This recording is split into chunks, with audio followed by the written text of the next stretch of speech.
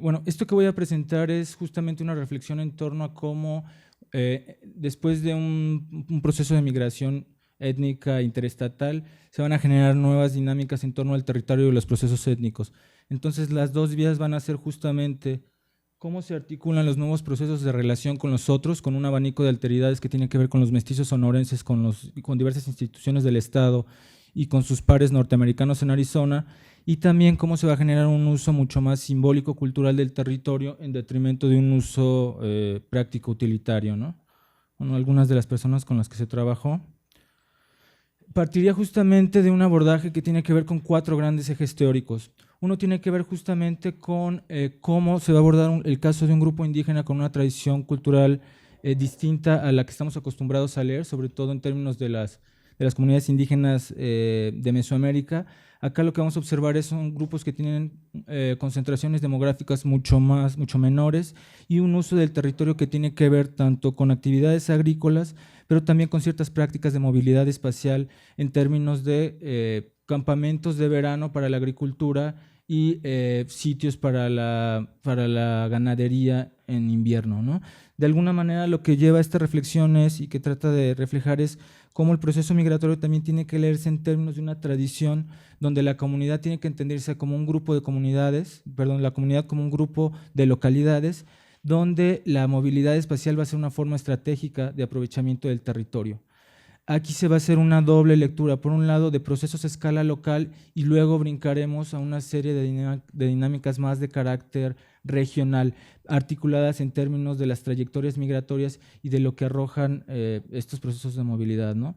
La primera tiene que ver justamente con esta relación entre etnicidad, territorio y migración. Lo que se va a observar aquí es que este cambio sociocultural e histórico está vinculado a un contexto macro que es justamente el papel del Estado mexicano en 2 dimensiones. Las políticas de exclusión étnica, que tuvieron que ver con el no reconocimiento de la tierra de ellos, y por otro lado el contexto de frontera que va a permitir eventualmente que los Odam en Arizona, digamos los hermanos de comunidad de ellos, tengan una injerencia clara en cómo se definen los procesos de la etnicidad. Y cómo asimismo la migración tiene que ser entendida en términos no solo de un cambio de la relación con el territorio, como se verá más adelante, sino también en términos de la reconfiguración de cómo se constituían como grupos, en términos de una nueva serie de prácticas socioterritoriales más de índole política, ¿no? En términos, por ejemplo, del uso de recursos del Estado o de reivindicación de una serie de legados ancestrales. El abordaje, por tanto, tiene un doble componente. Se va a hacer una genealogía histórica de una comunidad y el contexto respecto a otras comunidades, y por otro lado después se va a hacer un corte sincrónico que va a permitir ver cómo se reconfiguraron estas relaciones. Parto de 2 grandes ejes teóricos. La primera tiene que ver con concebir al territorio como un espacio apropiado, ¿no? Aquí me valgo de Dimeo, de Jiménez, también de Rafestein. Y lo que se va a encontrar es que hay 2 grandes formas en lo que esto se manifiesta. Por un lado, el nivel práctico utilitario, que tiene que ver con actividades productivas y de subsistencia, y por otro lado, el nivel simbólico cultural, que tiene que ver más con prácticas culturales específicas, ceremonias, danzas y también formas de organización política. Y dentro de este contexto, la migración va a entenderse justamente como un proceso de movilidad vinculado a dos grandes contextos estructurales. Por un lado, justamente las condiciones adversas que obligaron a salir, que tienen que ver justamente con la pérdida de control de recursos naturales, pero también con la ausencia de derechos sociales, y cómo en el destino se van a generar nuevas dinámicas que les permiten a estos actores sociales, por un lado, posicionarse de otra manera, y por otro lado, resolver esta serie de carencias, ¿no? Esto es más o menos la gran articulación de las discusiones académicas. Cuando hablamos de migración étnica hay por lo menos 3 grandes ejes y otro que compete específicamente a la discusión en torno al grupo indígena específico. Por un lado tenemos los estudios sobre migración indígena, son los antecedentes básicos, Gamio, Lourdes Arizpe, ¿no? Que fueron los estudios pioneros. También tenemos luego los estudios de migración étnica transnacional, que lo que van a aportar es una reflexión bastante interesante en términos de cómo se reconstituyen estas comunidades que dejan de tener un referente territorial tan claro, que están sujetos a procesos de movilidad y que remite a otro tipo de relaciones con el Estado y otros agentes sociales. La idea, pues, de que la comunidad es un constructo y que los actores son quienes moldean esta serie de relaciones. Después está el otro referente que tiene que ver justamente con la migración campo-ciudad, que también es algo que está muy presente acá, es algo que no aclaré. Los indígenas van a migrar de sus localidades en el desierto a ciertas ciudades en Sonora. Y por otro lado, lo que tiene que ver exclusivamente con la discusión de este grupo étnico. Esta matriz de discusión es importante porque nos lleva a entender a un grupo que recurría a la movilidad y que se demarca de los patrones típicos de la etnicidad, ¿no? En general, la idea que tenemos de los indígenas coincide más con los grupos de Mesoamérica.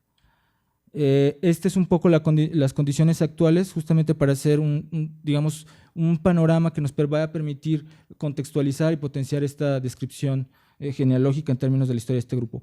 Lo que vamos a encontrar es que fundamentalmente la mayoría de los O'odham en la actualidad, a diferencia de lo que acontecía a inicios del siglo XX, viven fundamentalmente en centros urbanos, en Caborca, Sonoita, Puerto Peñasco. Quedan muy pocas comunidades. La mayoría vive en condiciones de pobreza y periferia urbana y están insertos ya en una economía mercantil, lo cual va a representar también un cambio sustantivo en términos de que a principios del siglo se caracterizaban por economías de subsistencia más vinculadas a la reproducción de su vida social, ¿no?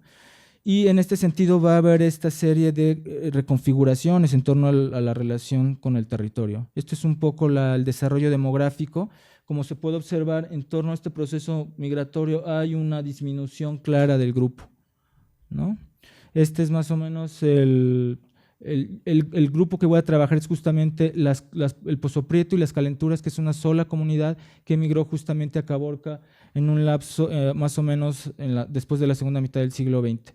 Este es solo un complejo, digamos, este es solo un proceso migratorio dentro del complejo de territorio O'odham y que se caracterizó a su vez por otros 3 procesos migratorios. El que yo voy a abordar es el del sur, pero lo que es pertinente abordar es cómo aquí se sobreponen y se articulan diferentes procesos migratorios. Tenemos el del centro, que es Quitobac y las Norias y San Pedro a la ciudad de Caborca. Tenemos otro de índole hacia el Mar de Cortés, y finalmente también el del noreste, que tiene que ver con migración transfronteriza, en este caso parecido más al caso que describió Mao. Este es un poco el perfil de los sujetos. Se trabajó justamente con aquellos que nacieron entre 1930 y 1950. Esto tiene la pertinencia de que fueron justamente estos sujetos que nacieron en la comunidad y que todavía vivieron esta forma tradicional de vincularse con ellos mismos, con el desierto y con el territorio, experimentaron el proceso de movilidad y son también quienes actualmente articulan muchas de las prácticas de reconfiguración étnico-territorial del grupo, ¿no? Destaco algunas de las características de este proceso migratorio. Se dio dentro de un territorio que les era culturalmente conocido. Caborca, la ciudad de destino, se ubica justamente dentro del gran territorio O'odham, que es justamente, como ven, Caborca se encuentra todavía dentro del territorio, ¿no? La otra es que se dio de manera paulatina, por etapas, se dio a través de redes familiares y de alguna manera algunos lo leen como continuidad de estas formas de utilización del territorio a través de la movilidad. Este es el proceso migratorio que se está indagando. Estos son los actores con los que se trabajó don Matías, que fue autoridad tradicional, y su sobrina Alicia Choigua. Si ven, el corte etario es muy claro. Esto es lo que permite que la trayectoria migratoria quede de manera muy explícita y muy definida, y permitirá asimismo justamente identificar cuáles fueron los cambios operados. Lo que voy a hacer ahora es remitirme justamente a la manera en que se vinculaban con el territorio cuando vivían en la comunidad. La primera tiene que ver justamente con el uso práctico utilitario en términos de actividades muy concretas: agricultura de cepa prehispánica, pero también de herencia colonial con el cultivo del trigo, la ganadería derivada del colonizaje español, pero también la recolección y la caza, que son más propios de su tradición cultural. Después tenemos los otros, que son quizás los más pertinentes: la genealogía familiar. Había una relación muy clara entre la comunidad, una familia nuclear, y cómo esta familia nuclear después, en términos de familia extensa, se vinculaba con otras comunidades.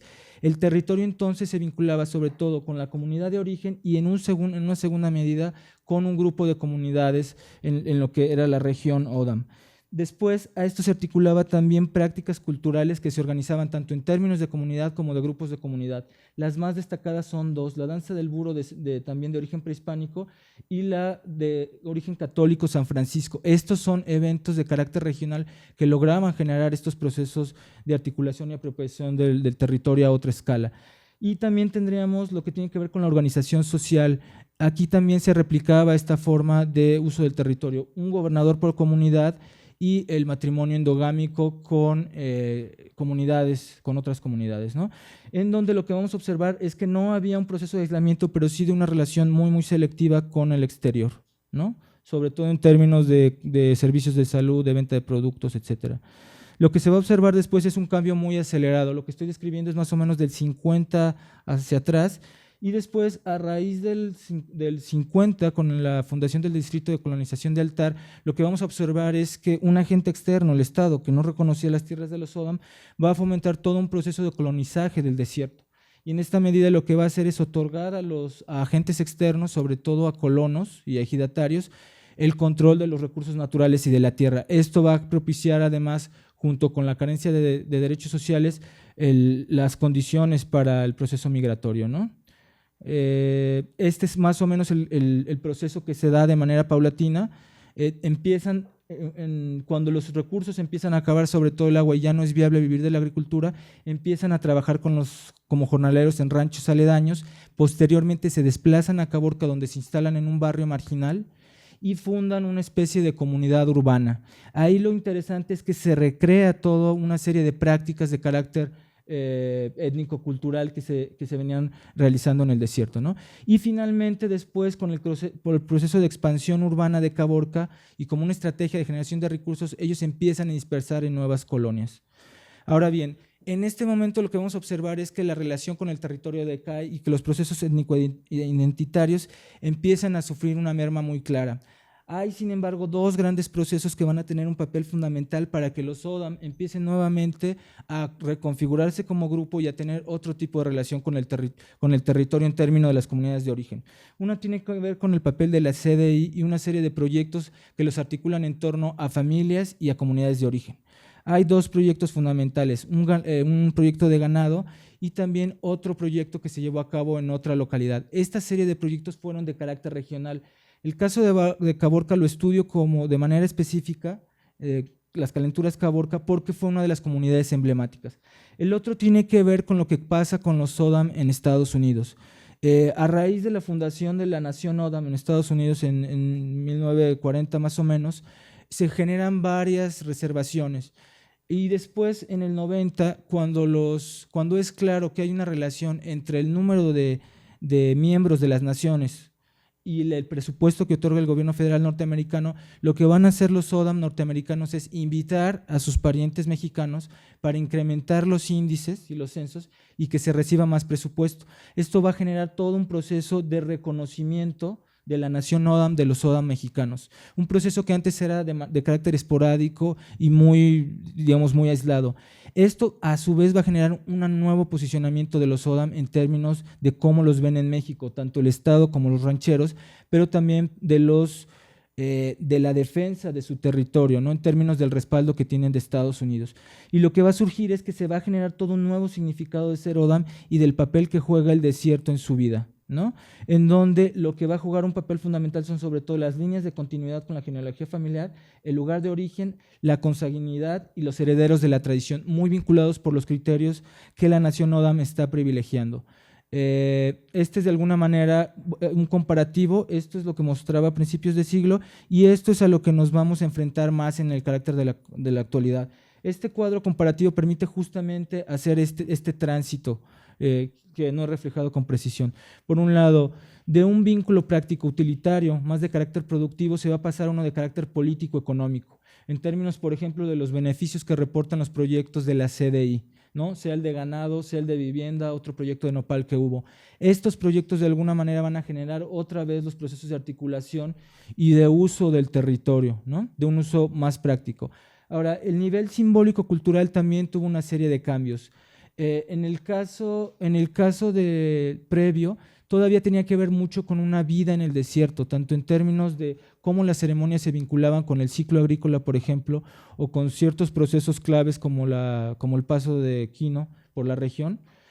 Y después van a tener que ver más con los procesos que los identifican como ODAM, tanto en términos de la CDI como de la nación en Estados Unidos. Aunque es cierto también que los más viejos sí tienen una vinculación muy clara con estas tradiciones. Por ejemplo, el número de hablantes decae de manera muy clara. La ceremonia del buro deja de realizarse. En la actualidad solo se realiza la ceremonia del Bikita, que es una ceremonia vinculada a la cosecha, y las que han cobrado cierta relevancia son más las de índole católico. Y lo que vamos a ver en términos generales es justamente estos cambios en términos del uso del territorio. Es cierto que ha habido una pérdida del control, del manejo del territorio, sobre todo en términos del papel que jugó el Estado y de los procesos de despojo, pero lo cierto también es que la inserción o la participación activa de estas agencias externas y la capacidad de organización propia ha generado que los ODAM también generen procesos de recuperación de alguna parte de su territorio, ¿no? Enmarcado, claro, una política de discriminación étnica.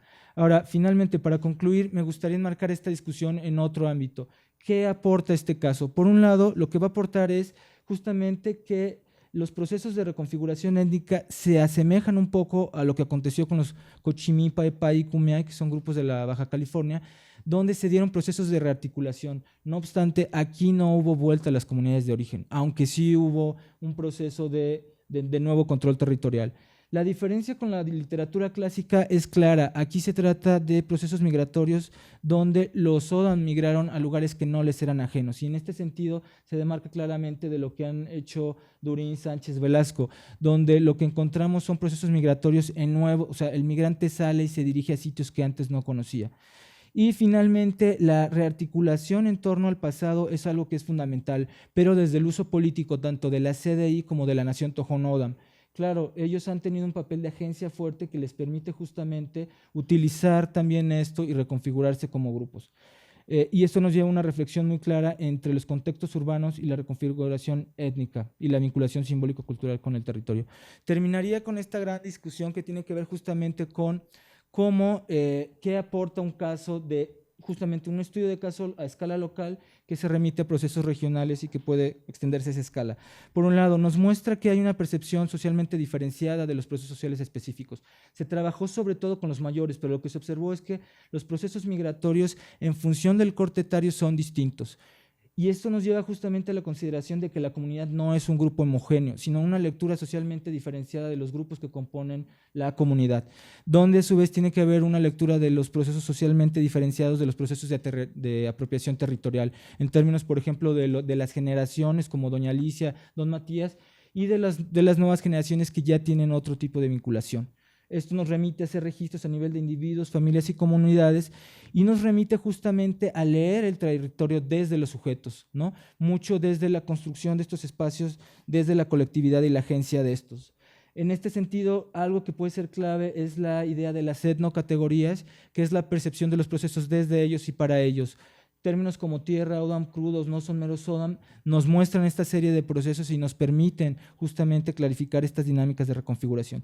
Y terminaría justamente con la lectura del territorio desde la etnicidad y desde las relaciones de poder, tanto con el Estado como con los mestizos, pero también con los miembros de su propio grupo étnico. Muchas gracias. Y ahora pasaremos con la presentación del doctor Abdel Camargo.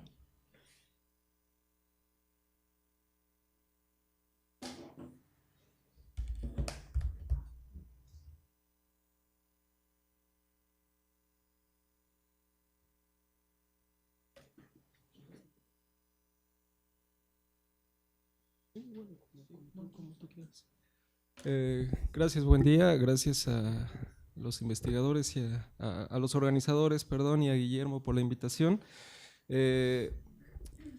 Permítanme, lo que voy a hacer es plantearles un avance de mi trabajo en términos de un tema que me ha interesado. Y referiré un poco a una categoría que a inicios del 2000 se planteó en las ciencias sociales, que era la y como son bastante jóvenes quizás no lo recuerdan, pero era la dificultad de establecer la observancia de la globalización en sí, es decir, la globalización se planteaba como una expresión muy etérea y no había mecanismos muy consolidados para establecer cómo se expresan los procesos de la globalización, y se creó un concepto que era lo local, ¿no? Es decir, establecer cómo a nivel localidad o una ubicación concreta se podían expresar las formas de la globalización. Retomo esto porque yo lo que les voy a hablar es de hacer un ejercicio de ubicar estos procesos mucho más globales ubicados en un territorio específico.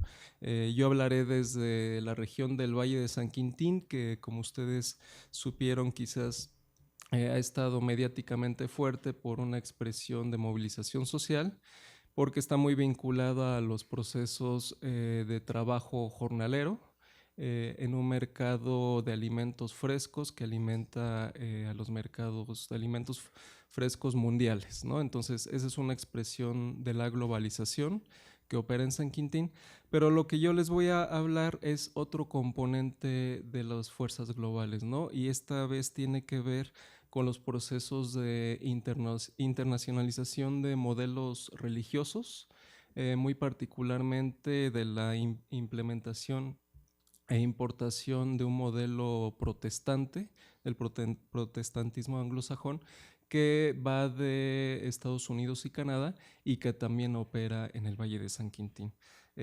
Lo que quiero decir es que San Quintín en realidad representa un enclave de la globalización donde se establecen múltiples conexiones transfronterizas. Entonces, hay dos grandes fuerzas globales que operan en un territorio particular y con una población específica. Yo estableceré dos postales argumentativas sobre el proceso de internacionalización del modelo religioso, de manera muy general. Y se establece como el desarrollo de un tipo de protestantismo particular que yo parto de la hipótesis que se fortalece de los atributos étnicos de la población, ¿no? Entonces, trataré de leer para ser más muy preciso.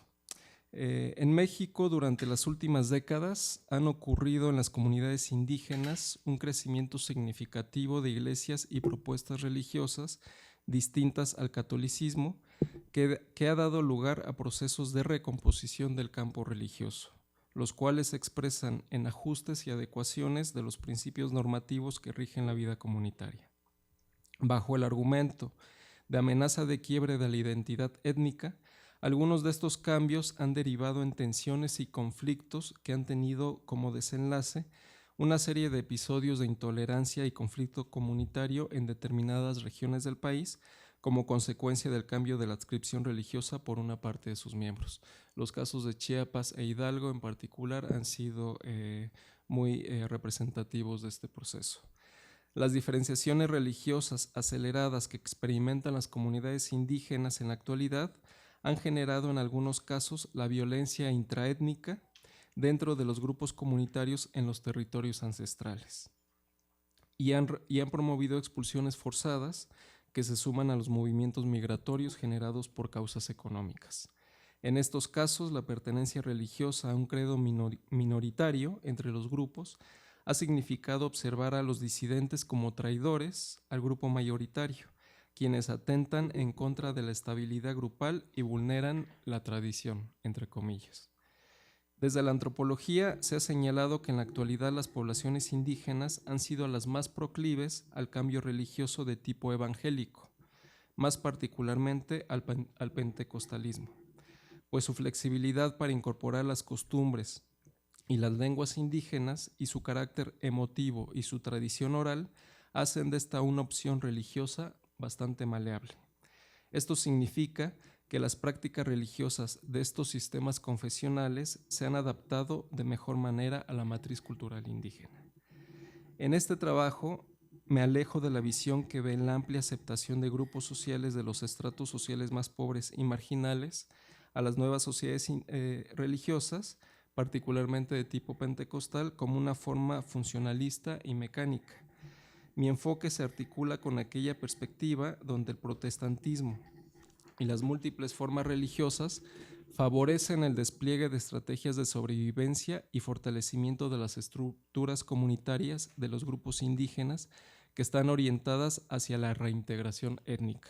Y esto tiene particular sentido en movimientos o en desplazamientos de movilidad poblacional y en situaciones de frontera, como es el Valle de San Quintín.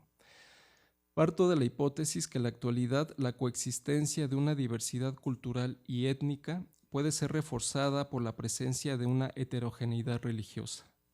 Y consideramos que estos espacios fronterizos particulares que se conectan con diversos campos globales, como lo es el Valle de San Quintín, obliga a establecer el carácter contextual de la definición de nuevas comunidades de fe y de la vitalidad que éstas adquieren en los territorios fronterizos, mismos que generan a su vez lo que aquí llamaré como pentecostalismo étnico o protestantismo étnico. Presentaré una primer postal. Cambiamos para seguir siendo los mismos, identidades étnicas renovadas. San Quintín representa un enclave de la globalización donde se establecen múltiples conexiones transfronterizas. Nosotros podemos dar cuenta de dos ámbitos que expresan este tipo de conexiones. En el ámbito religioso, en el ámbito económico, porque se conecta con los mercados mundiales de alimentos frescos, y en el ámbito religioso, porque se desarrolla a través de una práctica misional que se inscribe en los procesos de internacionalización del protestantismo anglosajón como modelo de difusión de una ideología dominante. Esto es el desarrollo de un mercado de exportación agrícola y la consolidación de un movimiento misionero protestante internacional a escala mundial. Desde San Quintín podemos observar un declive de la religión entendida en términos de estructura de poder ritualizadas y burocratizadas, mientras prosperan, en cambio, nuevas formas religiosas personales y comunitarias que tienden a la disgregación, a la fragmentación y a la movilidad. El surgimiento de empresas de carácter global que se mueven hacia otras regiones va conformando una amplia variedad de procesos transnacionales que pueden operar en un territorio determinado. Postulo que esto ocurre en San Quintín. Como señala Sassen, la globalización puede deconstruirse en términos de los lugares estratégicos donde se materializan los procesos globales y los vínculos que los conectan. De este modo, San Quintín ilustra la naturaleza global de su formación histórica y localización estratégica, donde diversos procesos transnacionales se interseccionan en un espacio regional donde una forma religiosa particular está emergiendo. Buena parte de esta desregulación religiosa descansa sobre las acciones que realiza un conjunto de sociedades misioneras de tipo transnacional. En América Latina, ustedes pueden saber, usualmente el hablar de estas organizaciones misioneras internacionales crea la imagen de un movimiento unidireccional, del mundo cristiano al mundo no cristiano, como resultado de la presencia de sociedades misioneras protestantes estadounidenses o inglesas durante poco más de medio siglo, como por ejemplo lo fue el Instituto Lingüístico de Verano. Desde San Quintín, en cambio, formulo que existe una convivencia de diversos márgenes civilizatorios y entendemos al movimiento cristiano internacional como una nueva forma de internacionalización de lo religioso y sí como una nueva fase del sistema neocolonial. Este modelo misional de imposición se conforma como una red compleja y articulada, que no refiere a un centro preciso de expansión, sino una serie de nodos y encadenamientos regionales que se vinculan como red para la implementación de un modelo religioso referencial. En San Quintín, los grupos misioneros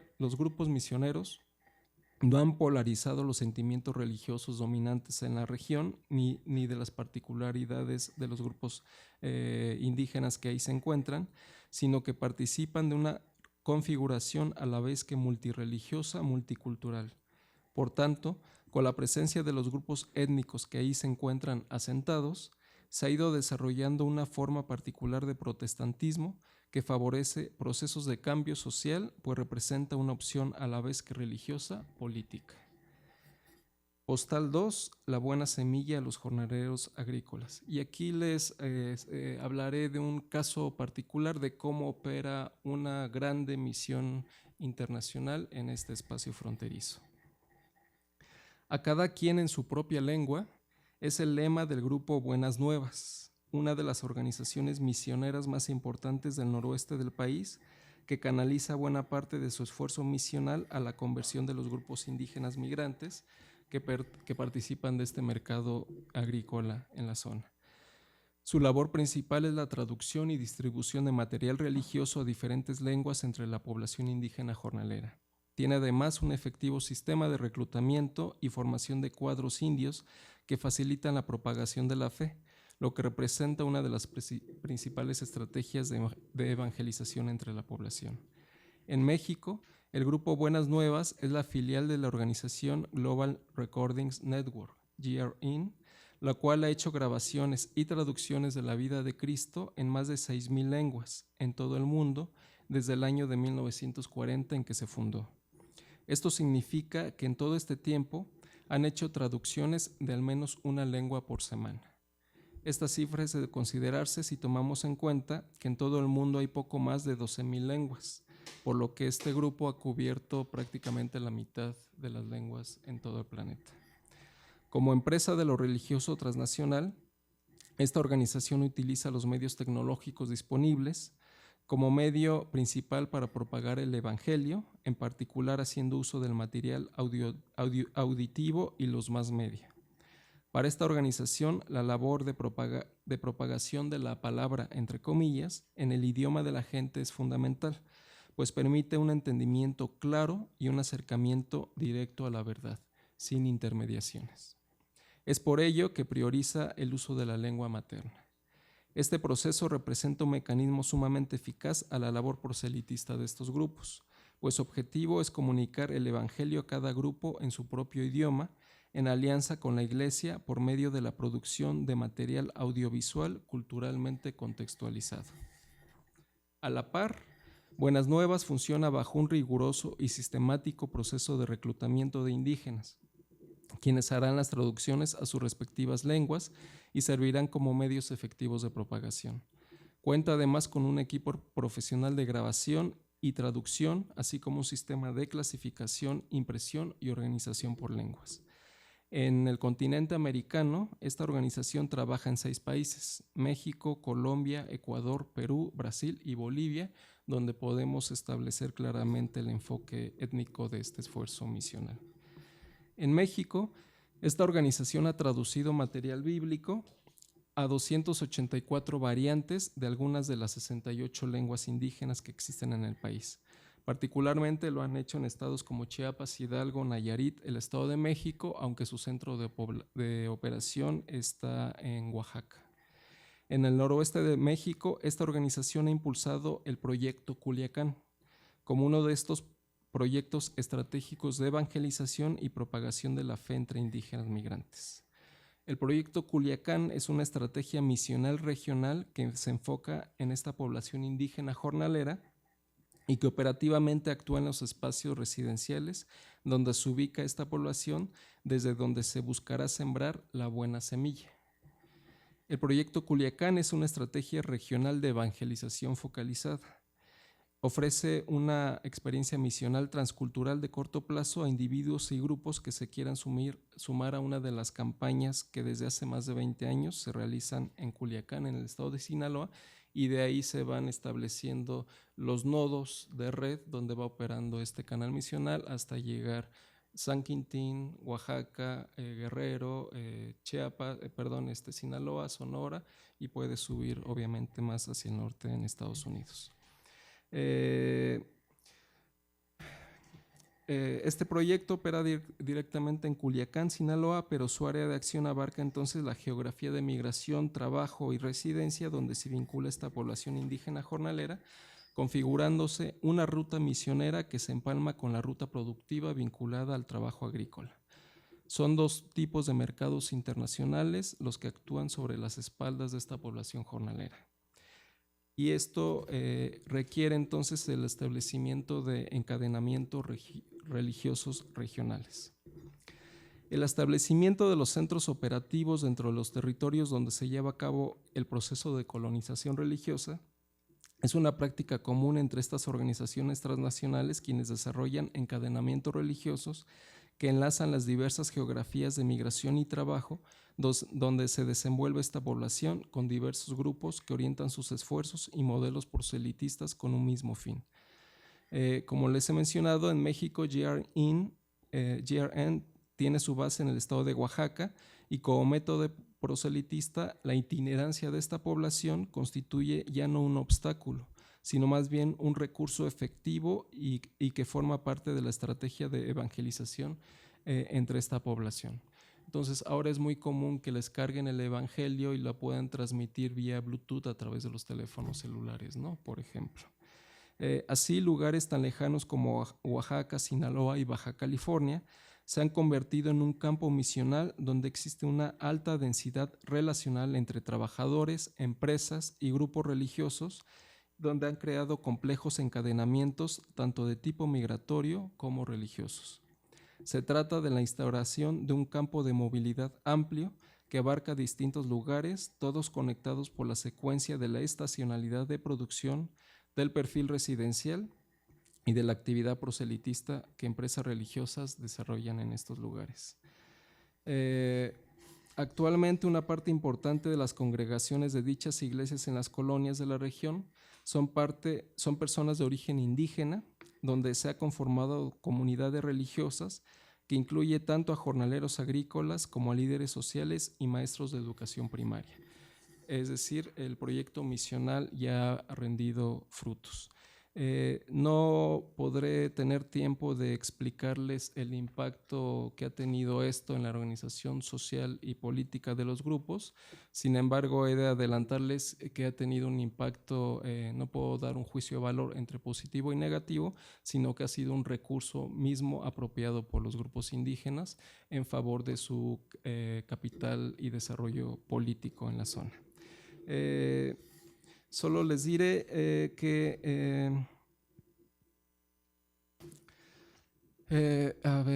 voy a cerrar entonces argumentando que en la definición de la religiosidad indígena contemporánea se suman entonces las prácticas evangélicas y pentecostales como una forma de resistencia y continuidad de los elementos que constituyen lo étnico.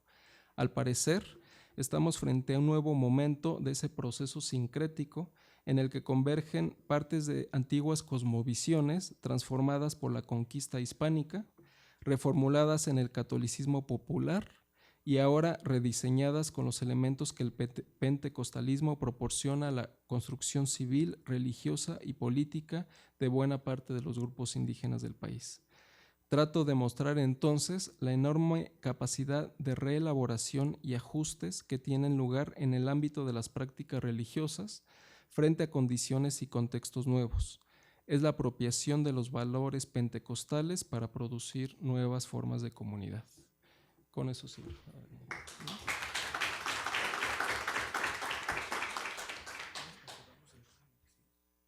Sí. Continuaremos con el orden original.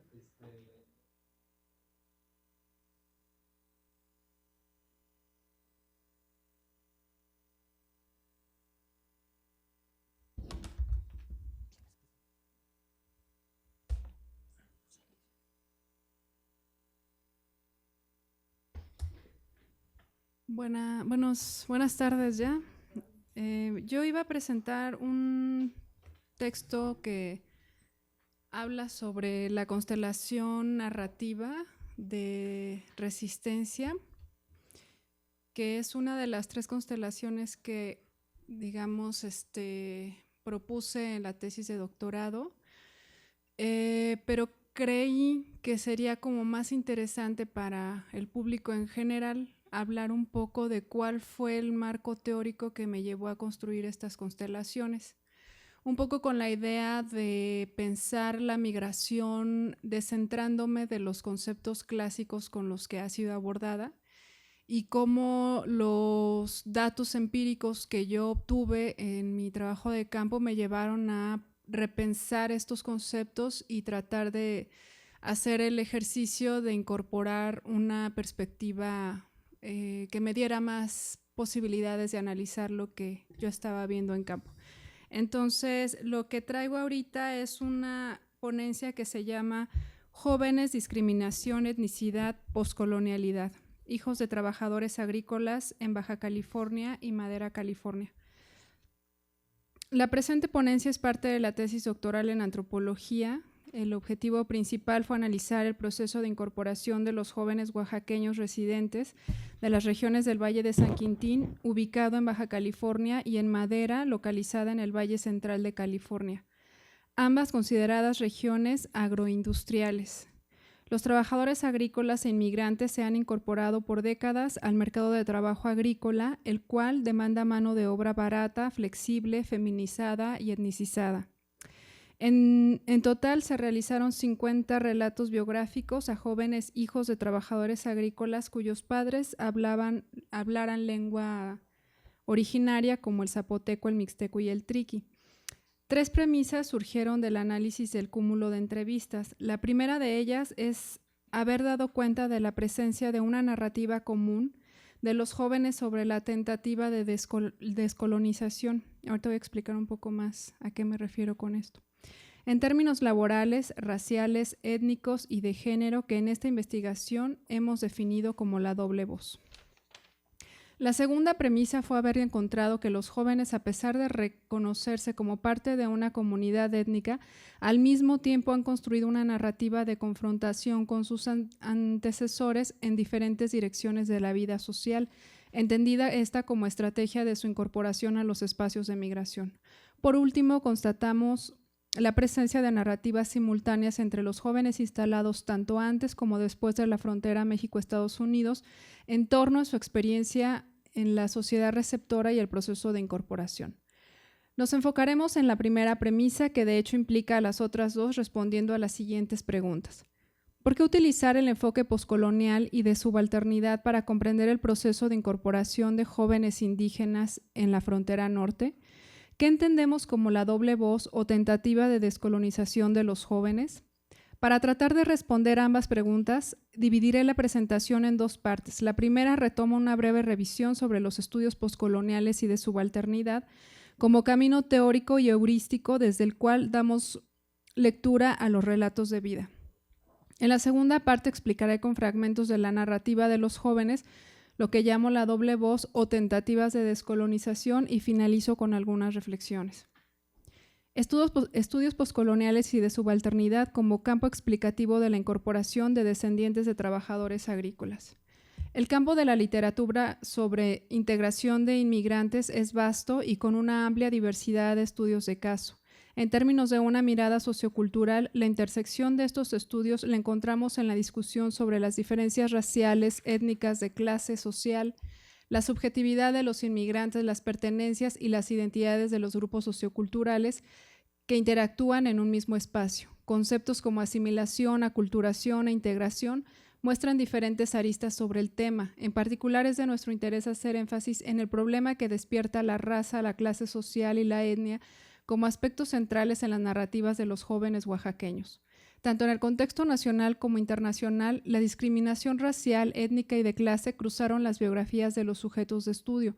En este sentido, los jóvenes argumentaban cómo a lo largo de su experiencia de movilidad, trabajo, incorporación escolar, estuvo permeada de situaciones de diferenciación que los colocaba en contextos de presión a los cuales ellos fueron respondiendo desde su esfuerzo por entender los nuevos códigos culturales, la convivencia simultánea con su cultura ancestral y la necesidad de generar un cambio de condición de clase social para sentirse integrados en la sociedad receptora. La educación cumplió un papel central en este proceso. La mayor parte de los sujetos lograron grados superiores de escolaridad. En conjunto, las narrativas de los jóvenes hijos de jornaleros revelaron huellas de una memoria de larga data articuladas a procesos insertos en relaciones sociales de desigualdad, discriminación y dominación. No obstante, las narrativas estaban No obstante, las narrativas estaban permeadas de críticas que revelaban su conciencia étnica, racial y de clase como aspectos que generan conflicto en su experiencia de incorporación, pero también como escenarios que estimulan a otros procesos de resistencia frente a las relaciones sociales que los subordinan. De esta manera pensamos en la necesidad de descentrarnos de los estudios clásicos sobre la incorporación de inmigrantes y arriesgar el análisis de los estudios postcoloniales y de la subalternidad, dadas las características de los sujetos de estudio con un gran potencial crítico y de acción. En este marco analítico, lo subalterno apareció como una categoría para dar cuenta que en realidad no ocurrían procesos dicotómicos entre dominados y dominadores, sino más bien suceden tensiones y conflictos que revelan relaciones conflictivas y también de desigualdad.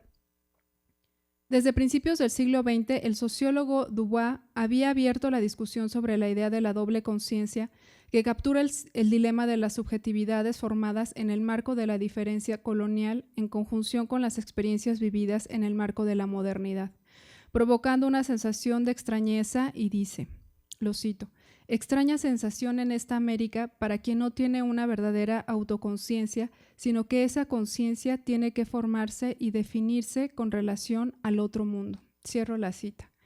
Frantz Fanon, en su libro Black Skin, White Mask, interpreta lo que a su parecer significa la doble conciencia expresada por Dubois.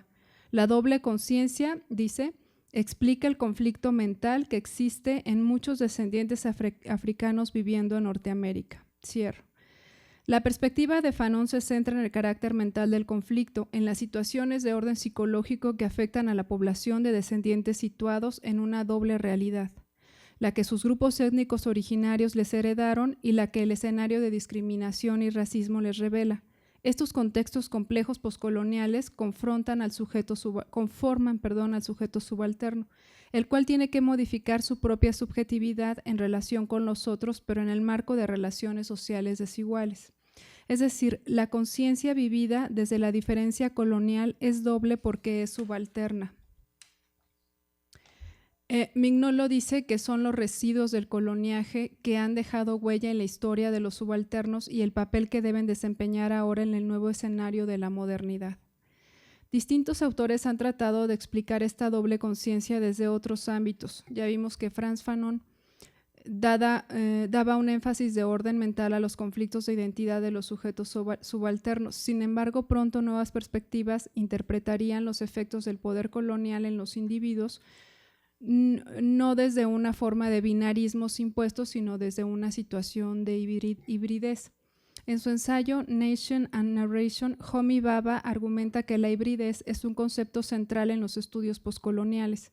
Este autor señala que no se trata simplemente de forjar una tradición antiimperialista o de corte autóctona, sino de un intento de interrumpir los discursos occidentales de la modernidad a través de narrativas desplazadoras, interrogativas, subalternas o posteriores al esclavismo y las perspectivas crítico-teóricas que éstas producen. Es decir, la producción de nuevas perspectivas que no establezcan una relación dual entre el sujeto versus el poder, sino exponer cómo cada una de estas narrativas se influencian mutuamente. Es por ello que Bhabha explica que la cultura se produce en un espacio intermedio o el tercer espacio, que no es el espacio de enunciación del yo colonizador ni el espacio de enunciación del otro colonizado, sino de una dimensión híbrida en el cual el otro se enuncia dentro del yo. Entonces, observamos que la propuesta de Bhabha permite elaborar una estrategia para la emergencia y la negociación de esas agencias de la marginalidad, la minoría, los subalternos. Señala que es solo cuando entendemos que todos los sistemas y apreciaciones culturales son construidos en este espacio de enunciación contradictorio y ambivalente, cuando empezamos a entender por qué las afirmaciones jerárquicas sobre la originalidad inherente o la pureza de las culturas es insostenible. En este espacio contradictorio, los individuos son capaces de crear códigos y formas narrativas en las que se expresa la dificultad y el conflicto al incorporarse a nuevas sociedades. Por su parte, Mignolo llama la atención con su planteamiento sobre el pensamiento fronterizo y el otro pensamiento, argumentando que estas categorías tienen la posibilidad de superar la limitación del pensamiento territorial al ir más allá de los parámetros de las concepciones eurocéntricas de razón y racionalidad. Es decir, la propuesta sobre el otro pensamiento o pensamiento fronterizo implica una redistribución del conocimiento geopolítico organizado y administrado por el occidentalismo como un imaginario y una autoidentificación del sistema mundo moderno, y el orientalismo como una instancia en la cual la diferencia se encuentra de la misma manera. Aunque Mignolo expresa la categoría sobre otro pensamiento fronterizo, desde una perspectiva geográfico-territorial, para nosotros es sugerente porque también nos ayuda a comprender cómo estos códigos aprendidos por los inmigrantes e indígenas permiten la construcción de una forma de pensamiento particular o de otro pensamiento en aras de comprender su estancia en estas sociedades en las que nacieron y crecieron, pero no son sus sociedades ancestrales. La doble conciencia, hibridación y pensamiento fronterizo son sugerentes en el análisis de los sujetos que se encuentran anclados a sus orígenes étnicos, históricos y ancestrales, al mismo tiempo en que se insertan en nuevos contextos de relaciones sociales, culturales y raciales. Nuestra propuesta no se centra en el carácter psicológico de este espacio intermedio, sino de las formas narrativas de los individuos que adoptan para explicar esta ambigüedad o doble condición de su identidad. Es por ello que hemos recurrido a la metáfora de la doble voz para recuperar la idea de que la integración no es un proceso, la integración de los migrantes, me estoy refiriendo, no es un proceso de inicio y fin con tintes evolutivos, sino más aún es un proceso que pasa por la vida de los individuos, quienes al cuestionarles sobre su proceso de incorporación a las sociedades que recibieron a sus padres, abuelos y luego ellos, recurren a la doble voz para explicar que este proceso es conflictivo, pero que también les ha permitido crear estrategias de negociación bajo nuevos marcos interpretativos. La alegoría de la doble voz nos anima a pensar cómo en la construcción narrativa de los individuos está presente el dilema entre el diálogo y el conflicto, una tentativa de descolonización desde las distintas esferas de la vida social que cruza su biografía. Esta dualidad discursiva permite comprender la forma en cómo los jóvenes desde su posición, hombres, mujeres, hijos de migrantes indígenas, elaboran su propia interpretación sobre lo que ha significado en su vida el llamado proceso de integración, siendo hijos de indígenas migrantes y jornaleros, compartiendo una historia común. En otras palabras, la doble voz es el espacio de enunciación en el que los sujetos articulan su biografía en torno a su experiencia de inserción en contextos de llegada como parte de una generación de hijos de inmigrantes oaxaqueños. En este espacio conflictivo y de diálogo se ven reflejadas relaciones de poder vinculadas a la intersección de género, etnicidad, condición migratoria y de clase. Los estudios de subalternidad y la poscolonialidad nos ayudan entonces a sustentar esta propuesta, en tanto trata de teorizar cómo ocurren los cruces y límites de las fronteras, en donde las fuerzas sociales, biculturales y bilingües, de diásporas, exiliados, etc., entran en el escenario y cómo los sujetos crean distintas alternativas para insertarse en estos nuevos espacios. La doble voz, por tanto, representa una estrategia narrativa que nos permite observar estos encuentros y cómo estas formas originan nuevas maneras de pensamiento frente a las condiciones que se les presentan a los individuos en dichos contextos. Entonces, aquí tengo algunos párrafos que les voy a leer sobre narrativas de los jóvenes a propósito del trabajo jornalero que ellos desempeñaron desde niños y después, y bueno, claro, primero sus papás y ellos siendo niños. Y dicen, nuestros papás de alguna forma nos dieron protección, ¿no? Tan es así que como el trabajo era temporal allá en la región en Oaxaca, pues ellos nos sacaron y nos trajeron a donde más o menos hubiera empleo y nos pudieran ofrecer algo diferente de lo que teníamos, y nos quisieron proteger preparándonos para el trabajo, pero como siempre hay alguien que se brinca las trancas y mira algo diferente, pues entonces a ellos les tocó ir al frente, abrir brecha, y la abrieron en Baja California. Nosotros abrimos una diferente, que es ser universitarios y profesionales. Ahora nuestros hijos vendrán y tendrán que abrir una diferente, enfrentando los retos en el tiempo en que a ellos les toque vivir. Y esto que está aquí, que les quede como un legado de que alguien tuvo que emigrar para buscar algo diferente. Un segundo relato. Para llegar al mismo nivel que ellos, los mestizos, Tenía que proponerme esa meta, trabajar desde una simple papelería, en una farmacia, un lugar con techo donde tú trabajes tus 8 horas y se te cumplan tus derechos o al menos unos cuantos. No como en el campo que no tienes derechos, no tienes ni derecho de voz, porque si el mayordomo te dice haz esto y lo tienes que hacer, que si no lo haces hay muchas personas que quieren trabajar, ahí sí no tienes derecho. Entonces en esto yo tenía que buscar un trabajo así normal, una farmacia, una papelería, un trabajo que no fuera en el campo. A mi generación, un tercer relato. A mi generación siento que nos costó, yo puedo decir que me costó porque yo sí pasé por todo eso de la discriminación y muchos se quedaron en el camino y muchos se quedaron en el camino. Creo que ahí es tener bien presente o mantenerte de, ¿sabes qué? Nadie tiene que pasar sobre mí y muchos se quedaron en el camino a trabajar en el campo. Fue la opción, ya no siguieron estudiando. Si les preguntas a cada uno de nosotros, te podemos contestar que por qué lo hacemos, salir a estudiar y no quedarse en el campo, porque miré que mi papá no tuvo esa oportunidad y yo sí la tengo y la voy a aprovechar. Bueno, ya dos últimos relatos porque se me está acabando el tiempo. No voy a regresar al campo, y gracias a este trabajo, el que actualmente tengo casi todos los días, menos los martes y jueves, cuando tengo los carritos afuera de la tienda, es el tiempo que hace mucho calor, pero no es difícil, nomás estoy embolsando, prefiero esto que ir al campo. Tampoco no es vida aquí, no es trabajo, es algo más bajo que el trabajo, es como que la miseria, que nomás los que no saben leer o cosas así, es lo que hacen, no es un trabajo digno. Carlos se refiere al trabajo en el campo, en los campos agrícolas. Y por último, Esmeralda dice, por eso estoy aquí en la escuela de leyes, porque siento que esta sociedad funciona en el capitalismo y la gente que es pobre y vulnerable por el lenguaje o porque no tiene papeles, entonces es vulnerable a la explotación. Bueno, me voy a brincar a las reflexiones finales. Los contextos de la creación de las narrativas adoptan un nivel nacional e internacional. Los hijos de trabajadores agrícolas forman parte de grupos étnicos históricamente racializados, tanto en el marco de su propio estado-nación de origen como en el de destino. Diversos autores han dado cuenta de cómo en la migración internacional los sujetos de origen indígena sufren la misma discriminación por parte de sus compatriotas que no pertenecen a un grupo étnico indígena. En este sentido, hablamos de una migración de carácter interno e internacional en donde los sujetos comparten una historia común reflejándose en su construcción narrativa.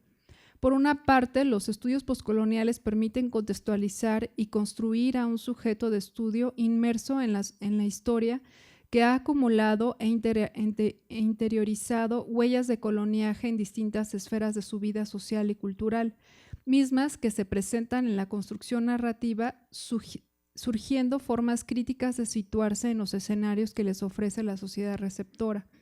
Por otra parte, existe una importante producción teórica que estimula en la creación de nuevas categorías que impriman el punto de vista tanto del sujeto como del investigador. Finalmente, las narrativas de los jóvenes en su doble voz muestran la condición de sus padres heredada hacia ellos, sin embargo, bajo nuevos matices y perspectivas. El conflicto se hace presente en tanto la crítica a las condiciones vividas como trabajadores indígenas, inmigrantes, que los situó en una posición de desventaja con respecto a la sociedad ampliada. Esta doble voz supone una tentativa de descolonización en tanto surgen narrativas que interrogan tales condiciones de vida experimentadas por los jóvenes. Hasta aquí.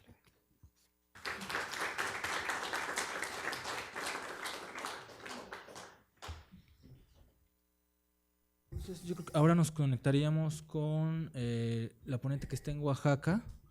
A ver si...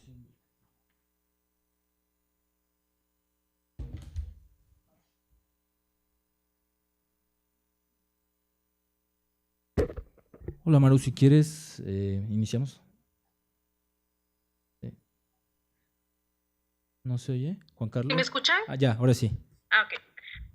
Bueno, buenas tardes a todos y todas. Bueno, quiero agradecer a las autoridades del Instituto de Geografía por la apertura del espacio, a Guillermo, por supuesto, por la invitación a este evento, a las personas también de soporte técnico que hacen posible que yo parezca ahorita un ente ahí medio extraño a la distancia, y pues muchas gracias por su presencia. Yo voy a presentar el trabajo que lleva por título Nuestro futuro, dilemas de incorporación en las y los hijos de inmigrantes indígenas oaxaqueños en el Valle Central de California, en Estados Unidos, el cual forma parte del proyecto doctoral que actualmente desarrollo en el posgrado de Ciencias Antropológicas en la UAM Iztapalapa. Lo que intento hacer es trazar algunas reflexiones sobre estos procesos de incorporación en las hijas e hijos de inmigrantes, por supuesto de origen indígena oaxaqueño, que se asentaron en 2 condados agrícolas en Estados Unidos, como es Madera y Fresno, California. La idea que yo tengo para este proyecto y para este trabajo es profundizar en las configuraciones y procesos de una dialéctica que llamo la dialéctica de identificación, desidentificación, ¿no?, que están viviendo estos jóvenes en este contexto, y poder vislumbrar un abordaje desde una perspectiva, la perspectiva transnacional.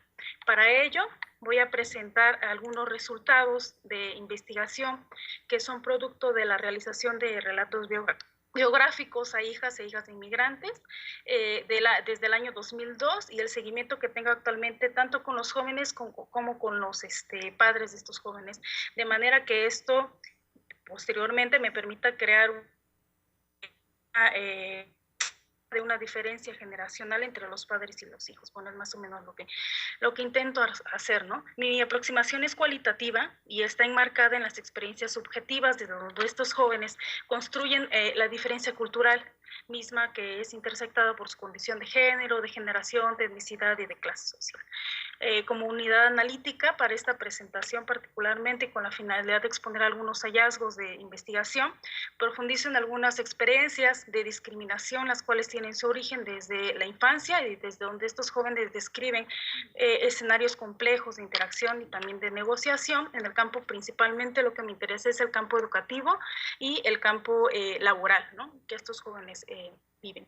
Hay que tener presente el significado que para estos jóvenes tienen la ancestralidad primeramente y la vida comunitaria, que son la base para poder hablar de un origen étnico indígena, y particularmente que se objetiva en la familia, ¿no?, ya que por un lado estos jóvenes han heredado de sus padres todo este bagaje cultural que refiere a un origen étnico indígena, totalmente cuestionable, algo que evoca una particularidad, cosmovisión diferente al lugar donde ellos viven, la cual está dominada por una lógica de racialización étnica. Así, para este trabajo se establece que la etnicidad de estos jóvenes está conformada, por un lado, con la relación con el origen indígena oaxaqueño de los papás y de los ancestros, y por otro lado, pues el proceso de racialización, de etnización que han conformado de vivir en Estados Unidos, en donde se permean también 2 marcos estatales donde lo étnico tiene significados distintos. Habrá que recordar, para el caso de México, lo étnico se asocia con la dicotomía indígena-mestizo que se fundamenta en el periodo de la conquista y la colonia, y para los Estados Unidos el carácter étnico se asocia con la dualidad etnia-raza establecidas por el origen nacional y resultado de las migraciones de las décadas recientes hacia Estados Unidos. Esto es lo que en la literatura también varios autores han llamado el vivir transnacional desde esta perspectiva, la cual es importante en el sentido de entender estos ámbitos de interacción y vínculos que mantienen estos jóvenes en las relaciones, las prácticas y las situaciones en las cuales se elaboran subjetividades referidas a la noción de diferencia, que es la que a mí me interesa poder desarrollar, ¿no?, y que son producto, por supuesto, de una construcción de una etnicidad. Asimismo, se atraviesa también la discusión de estas categorías administrativas que los Estados-naciones naturalizan e imponen en yuxtaposición con las categorías que los mismos jóvenes reivindican en esta idea de los campos sociales transnacionales de lucha y de resistencia. Bueno, en la diapositiva 1 creo que puse cuáles son los puntos que más o menos tomaría, que en un primer momento algunos antecedentes y los lugares de asentamiento. Posteriormente presentaré algunos pasajes narrativos sobre esta construcción de las diferencias culturales traducidas en experiencias vividas de discriminación en el sistema educativo y en el campo laboral, y finalmente presento algunas reflexiones que son parte de la continuidad del proyecto que realizo actualmente. Todo ello es importante mencionar que es desde una mirada antropológica, ¿no? En un primer acercamiento, los antecedentes se pueden enmarcar en dos momentos históricos que son importantes de mencionar. Como sabemos, uno es el programa laboral entre México y Estados Unidos, el programa Bracero, y posteriormente, en 1986, el IRCA, que es el Acta de Control y Reforma de Inmigración, que tuvo un papel relevante en la movilidad legal y asentamiento de los migrantes indígenas, principalmente los dedicados a las labores agrícolas. ¿Qué fue lo que pasó? A principios de los años 90 del siglo pasado se llevó a cabo una reunificación familiar de migrantes oaxaqueños beneficiados por la amnistía. Por un lado, los padres se llevaron o mandaron a traer a sus hijos pequeños que se encontraban en Oaxaca, esto por las carencias que vivían en las comunidades indígenas de origen por los efectos de las políticas neoliberales sentidas en los sectores campesinos, y a la par ya sentados en el territorio estadounidense se observó el nacimiento de una nueva generación. Esto es en lo que la literatura se ha llamado generación 1.5, que es quienes llegaron en la infancia a Estados Unidos, o segunda generación, que son quienes nacieron ahí, o desde la perspectiva transnacional son las generaciones transnacionales, ¿no? Es necesario destacar también que no todos estos migrantes, los padres de estos jóvenes, se vieron favorecidos con esta amnistía, por lo que gran parte de la población mantuvo un continuo flujo hacia Estados Unidos en condiciones de ilegalidad. Es por esta razón que algunos jóvenes no cuentan con documentos que les permitan tener una estancia legal y viven ante la incertidumbre de ser deportados. Una parte espera regularizar su situación migratoria actualmente a partir de la reforma DREAM Act, y a otros han sido beneficiados por la acción diferida. Es un poco como el panorama en donde estamos desde el cual estamos hablando de estos jóvenes, y en la diapositiva 3 pongo un mapa nada más como son estos condados. El condado de Madera, el otro es el condado de Fresno. El condado de Madera tiene una alta concentración de población de origen hispano-latino. Del total de la población, que son más de 150,000, el 55.7% son de origen latino, y con una alta concentración de indígenas mexicanos provenientes de Oaxaca. Y Fresno también, por su parte, tiene también una alta concentración con el 51.6%, en total de 930,000. A sus inicios de la llegada a este lugar como Madera, Oaxaca, ¿no? En términos de vislumbrar la alta concentración, ¿no?, de indígenas provenientes de México y de Oaxaca, pero particularmente por los trabajos agrícolas que desarrollaron desde los 80, ¿no? Tal vez lo que más destaca en estos dos condados es la condición jornalera, pero me parece que también la condición de explotación y desigualdades sociales que se marcan mucho, ¿no? Estamos hablando de dos condados básicamente dedicados a las labores agrícolas, no como ciudades grandes, sino como ciudades en donde hay un mecanismo como de agroexportación, ¿no?, muy grande.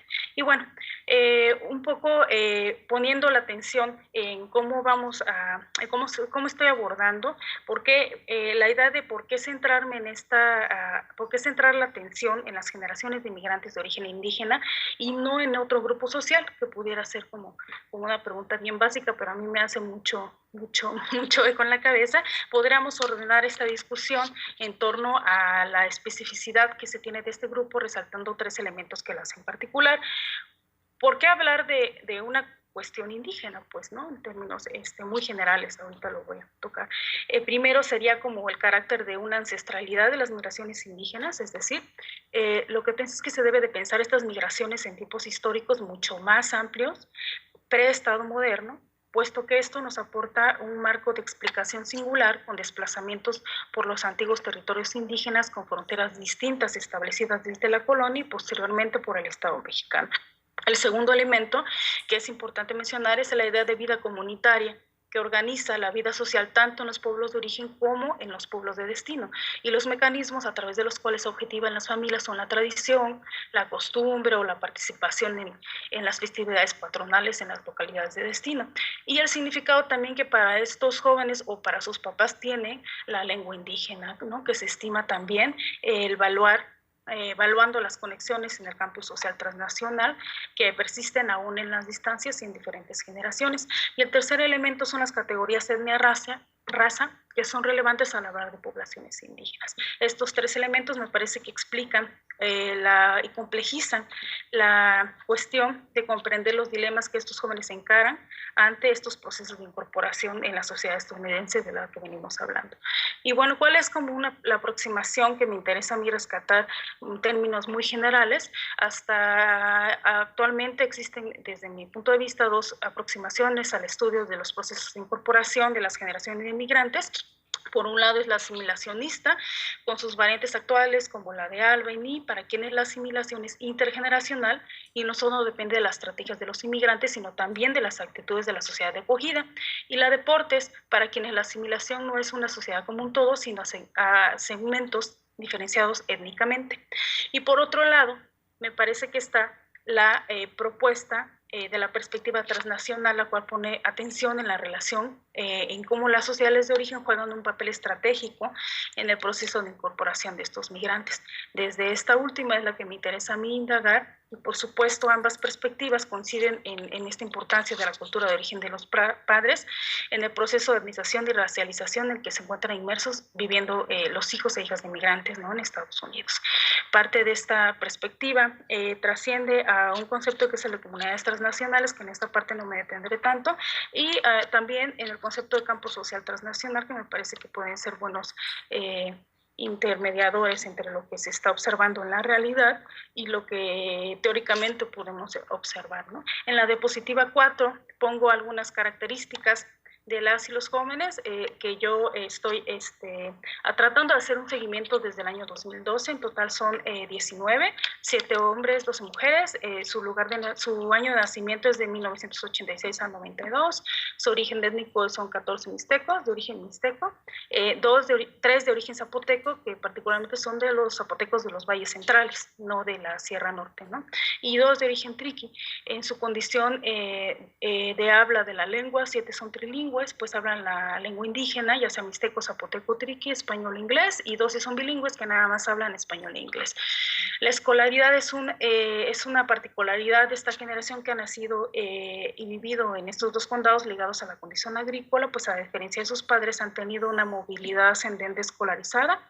Esto no quiere decir que sea la realidad para todas las hijas e hijas de migrantes oaxaqueños que viven en estos condados, por lo que se puede decir que este grupo de jóvenes que estoy abordando son los privilegiados de los excluidos, ¿no?, en términos generales, y esta cuestión de la escolaridad es gracias a un esfuerzo familiar, ¿no? Y sobre el estatus legal, 7 son ciudadanos, 5 residentes y 7 son documentos. Este es como un panorama muy general de cuáles son como las características de estos jóvenes. Y bueno, sobre estos dilemas de los que yo hablo de incorporación, tanto en el sistema educativo como en el campo laboral, se puede decir que el proceso de etnización en Estados Unidos está definido por un complejo sistema de clasificación y jerarquización étnico-racial con base en el origen nacional y el color de piel, principalmente. Los indígenas mexicanos, al migrar a Estados Unidos, viven un doble proceso de etnización, de un sistema dicotomizado entre mestizos e indígenas en México, pasan a un sistema que los convierte en latinos, hispanos o gente de color en Estados Unidos, pero a la vez este proceso de reetnización tiene un rostro de apego y de adscripción a un origen en un ambiente de discriminación y exclusión que condiciona los términos de su incorporación. En el conjunto de los relatos de vida se rastrearon aquellos patrones que entrelazan experiencias de vida y eventos comunes en los campos educativos y laborales. De esta manera se encontró lo que podríamos denominar 4 formas de discriminación que asumen también como formas de violencia. Uno se refiere a las características fenotípicas, es decir, como es la apariencia externa, como el color de piel, las facciones del rostro, la estatura, la complexión, el color de cabello, en suma atributos corporales estéticos que los jóvenes han heredado de cierta manera de sus progenitores y que marcan su diferencia cultural principalmente con los anglosajones o los afroamericanos o los asiáticos, ¿no?, refiriendo en un primer momento una desvaloración hacia su propia cultura. Por ejemplo, en algunos pasajes narrativos estos jóvenes expresaban algunas frases como no, ella es morena, ella no puede, o es de menos, ¿cómo te ves?, o no soy igual de competente como ellos, ¿no?, o en términos muy despectivos, no sirves para nada, ¿no?, hasta llegar a términos peyorativos, ¿no?, como me contaba una vez una chica que le decían hamburguesa quemada, ¿no?, nada más por la forma en que ella, bueno, típicamente, ¿no?, y hasta también llegar particularmente a un diminutivo que es el oaxaquita, ¿no? Que muchos de los que somos de Oaxaca hemos vivido cuando estamos en la frontera, ¿no? Que articula la idea de un origen étnico, particularmente de Oaxaca, y que articula también esta idea de la apariencia física, moreno, ¿no? Chaparro, etcétera, ¿no? Entonces, lo que sucede también es que las mismas familias crean, en algunos casos, crean estrategias y preparan a los hijos para este tipo de discriminación. La única cualidad, la inteligencia. Tú eres tan inteligente que no hagas caso de lo que te están diciendo los demás, ¿no? En pocas palabras. Y en algunos casos esta discriminación los motiva a sobresalir y competir con sus pares anglosajones con resultados de éxito, por lo que, desde mi punto de vista, estos jóvenes se plantean metas profesionales y educativas cualquier común, ¿no? El segundo tipo de discriminación lo ubico en el habla del inglés, en contraposición con el habla del español y la lengua materna, puesto que el grado de dominio del idioma inglés ha sido uno de los indicadores centrales en donde se evalúa la asimilación de los inmigrantes. Estos jóvenes han pasado por un proceso de aprendizaje del idioma que les ha sido difícil, aunque hayan nacido en Estados Unidos, ¿no? Como valoraciones sensibles, como se sentía de menos por tener acento o no valía nada, ¿no? Por ejemplo, vieron a una chica que entrevistamos, le prohibieron hablar español, él ya trabaja como periodista o trabajó como periodista, le prohibieron hablar español en su trabajo con sus pares, ¿no? Y a José también, por no entender en español, en la escuela le decían chunti, una categoría que significa un indio americano que no habla bien inglés, ¿no? Sin embargo, esta discriminación no ha sido totalmente como negativa, puesto que en estas condiciones han logrado acceder a mejores oportunidades laborales, ¿no? Comparándolas con otros jóvenes también de origen indígena, al tener la cualidad de ser bilingües o de ser trilingües, ¿no? Eso nos lleva a pensar que existen ámbitos que son bastante cerrados en Estados Unidos, en el mercado laboral, pero otros ámbitos también que son bastante abiertos y progresistas, ¿no? Y en el tercer tipo se encuentra el trabajo agrícola como una actividad desvalorizada por estos mismos jóvenes, y en el cuarto lugar se encuentra la discriminación, que podemos pensar como capacidades intelectuales, que puede ser bien la suma de las tres formas anteriores de discriminación, principalmente por cómo se ven y por el habla del inglés, ¿no? Lo que se evidencia principalmente cuando estos jóvenes pasan por el sistema educativo, y por tener la historia familiar del trabajo en el campo, se evidencia esta idea de que no eres igual de capaz pues, que los demás, ¿no? Entonces, con relación a estas cuatro formas de discriminación que me interesan poder abordar también, en la diapositiva 5 pongo un ejemplo de cómo se expresa las experiencias del sistema educativo y el aprendizaje del idioma inglés, que de acuerdo con la literatura, el sistema escolar es el principal espacio de asimilación para los hijos e hijas de inmigrantes, al mismo tiempo que el aprendizaje del idioma inglés. El nivel de escolaridad es un factor que muchas veces determina el tipo y la calidad de trabajo que se obtenga terminado el nivel de escolaridad. Acceder a este sistema educativo para estos jóvenes de origen indígena oaxaqueño resulta todo un reto tanto económico como cultural y como simbólico.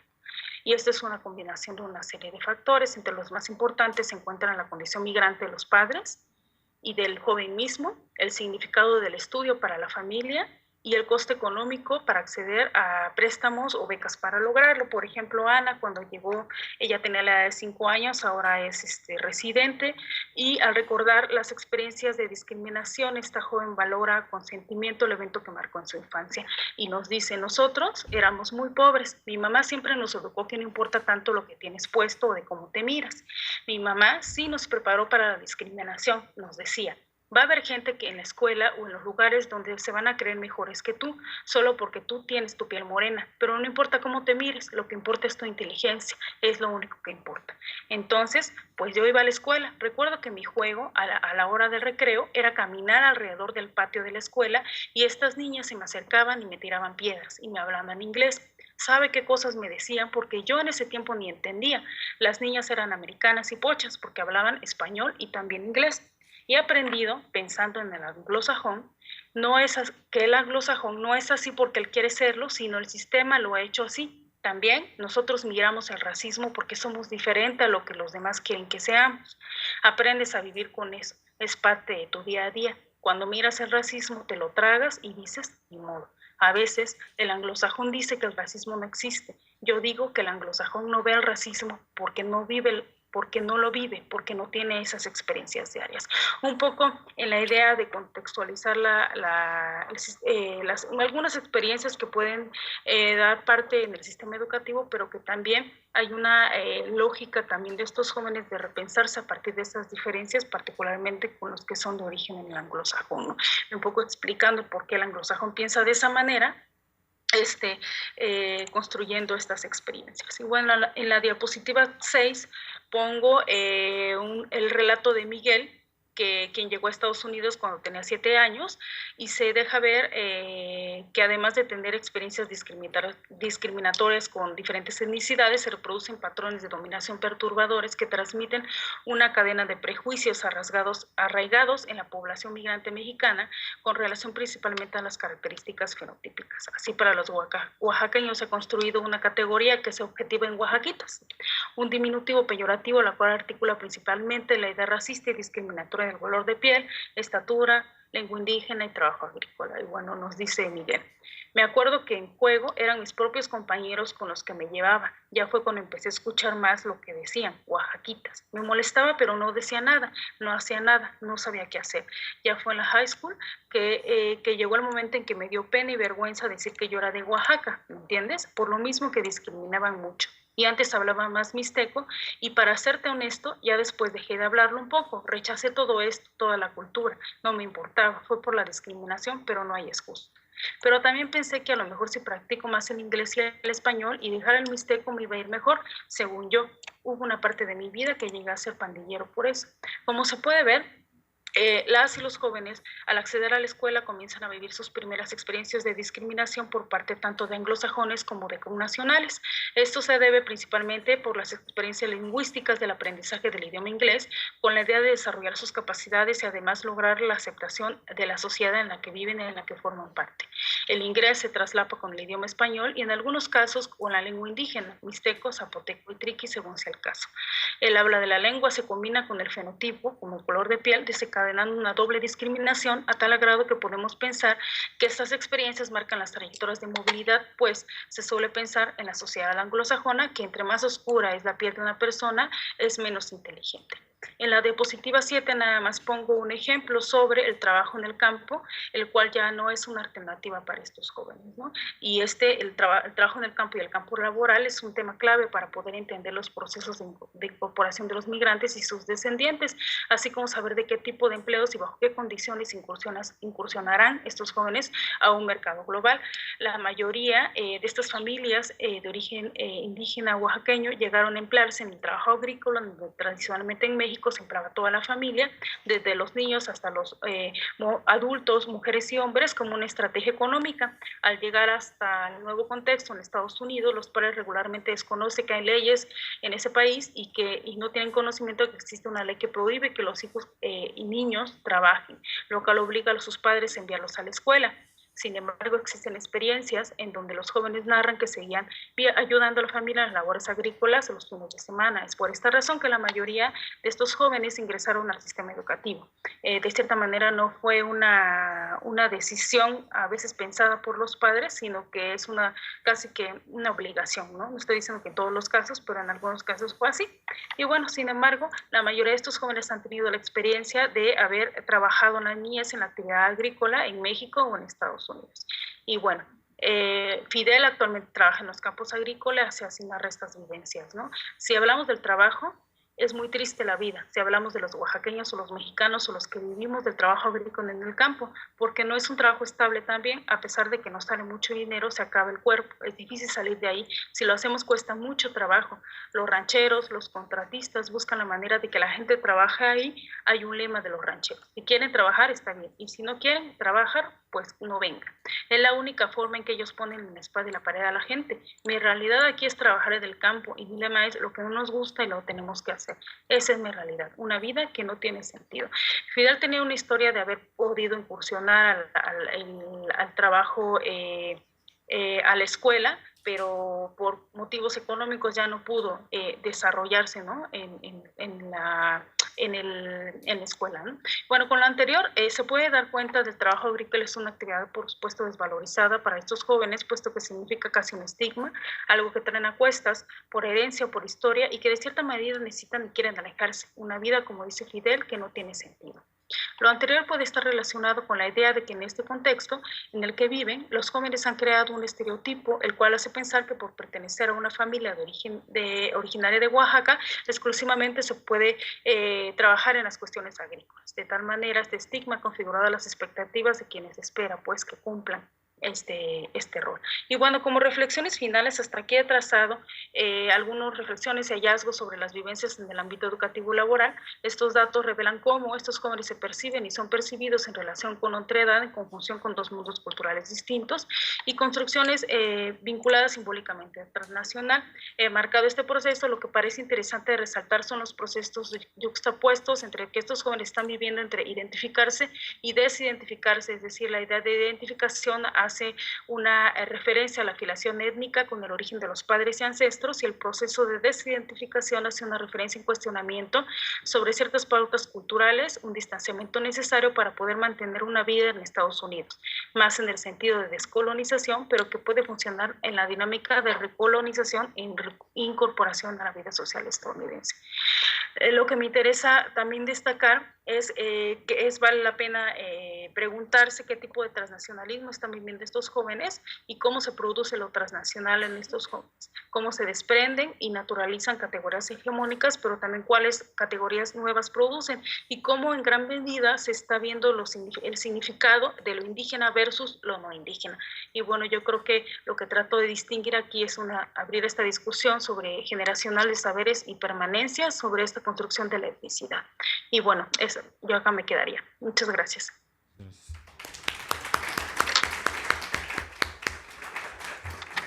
Si les parece, iniciamos una sesión de preguntas e intervenciones. Les pediría que a los ponentes que pasen para acá.